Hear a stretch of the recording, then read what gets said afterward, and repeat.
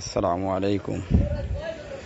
কওমি মাদ্রাসা নিয়ে Bangladesh logistic party তথা জামাতের সুদীর্ঘমেয়াদী পরিকল্পনার যে ছক তারা এঁকেছিল তা এক মুহূর্তে ফাঁস করে দিলেন বিএনপির সাবেক প্রতিমন্ত্রী এহসানুল হক মিলন।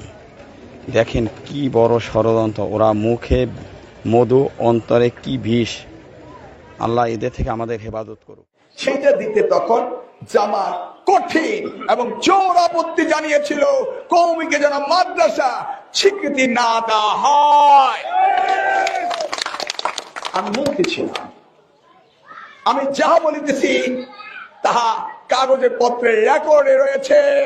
আমি যখন প্রতিমন্ত্রী তখন আমরা আল্লামা আজিজুল হক, মামুনুল হক, আমরা জোটের সরকার গঠন করি। গঠন করার পরে মাওলানা মামুনুল হক সাহেবের দল আমার বাসায় আসে, বলে আমরা কওমি মাদ্রাসা বোর্ড চাই।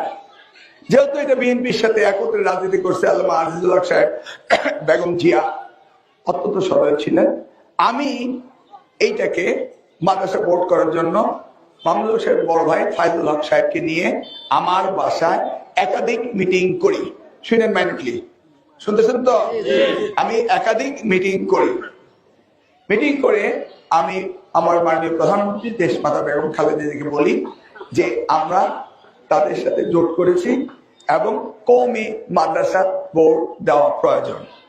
এর মাঝখানে আরেকটু বলি, আমরা 2001 সালে কোচুয়া পাইলট স্কুলের মাঠে একটা জনসভা করছিলাম।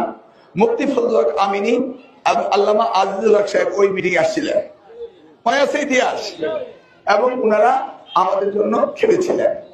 আমি নির্বাচিত হয়ে মন্ত্রী হয়েছিলাম। সেই কারণে আমি তাদের প্রতি অত্যন্ত দুর্বল ছিলাম যে ম্যাডাম রাজি হলেন মাদ্রাসা বোর্ড দেওয়া হবে। তখন কিন্তু জোটের সরকার মতিউর রহমান নিজামী আমাদের সাথে এবং মুজাহিদ সাহেব আমাদের সাথে, দুইজনের মন্ত্রী, তারা আমাদের মান্নান সাহেব আমাদের যে মন্ত্রী ছিলেন, মহাসচিব ছিলেন, এবং আমাদের ওসমান ফারুক সাহেবের সাথে ওরা কথা বলে এই বোর্ড যেন না হয় সেই জন্য আপ্রাণ চেষ্টা করেছিল দেলোয়ার হোসেন সাইদি সাহেব, মুজাহিদ সাহেব এবং নিজামী সাহেব। মাদ্রাসাগুলি ছিল জামায়াতুল মুদাসসিরিন, সেটা হলো বাহাউদ্দিন সাহেব মানে মাওলানা মান্নান সাহেব, ওরা থাকা মানে এটা বিএনপির একটা টিম ছিল মাদ্রাসা শিক্ষক। সেই জায়গায় দেলোয়ার হোসেন সাইদিকে দেওয়া হলো মাদ্রাসা তাদের শিক্ষক সমিতি হোক। সেই থেকে মাদ্রাসাগুলি আস্তে আস্তে জামাতের দিকে যেতে শুরু করলো। আমি কিন্তু এটার ব্যাপারে বলেছিলাম এটা দরকার নেই। কওমি শিক্ষা বোর্ড তখন এই জামাত, কওমি শিক্ষা বোর্ডের জামাতের নেতা মুজাহিদ, মতিউর রহমান নিজামী এবং আমাদের বামপন্থী নেতারা, আমাদের মান্নান ভূঁইয়ারা আমাকে বাধা দিয়ে এটা করতে দিচ্ছিল না। ম্যাডামকে বলে যখন এটা একটা করার প্রস্তুতি নিলাম, তারা তখন বাধা দিল।